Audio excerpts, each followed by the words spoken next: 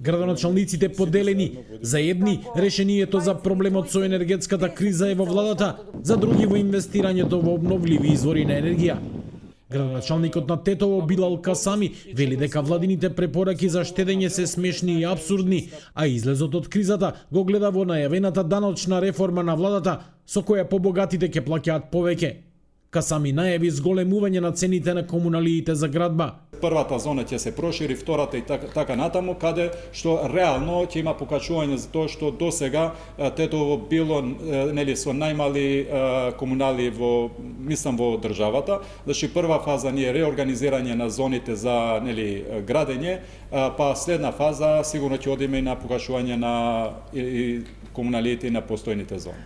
Најпогодени во кризата се локалните комунални предпријатија.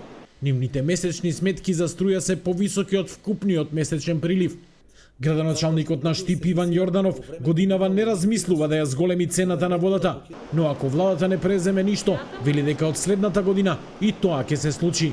Доколку не се вклучи алармот дека треба да се седне на преговори, па макар и тоа да биде регулирана цена на електричната енергија до момент додека не поставиме фотоволтаични панели на кромните конструкции или пак на одредени површини кои што ќе ги договориме за да произведуваме електрична енергија за да ја пребродиме оваа криза, сметам дека ќе трпиме загуби, а загубите ќе ги плаќаат граѓаните.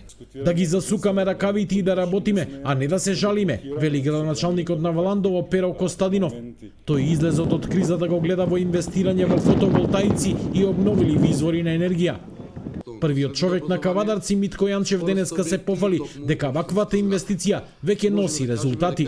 До денеска по нашите анализи вкупното производство од 10 централи збирно е 40 мегават часови или по сегашна цена на мегават час имаме некаде заштена направено за 40 дена од милион денари на плаќање на електрична енергија.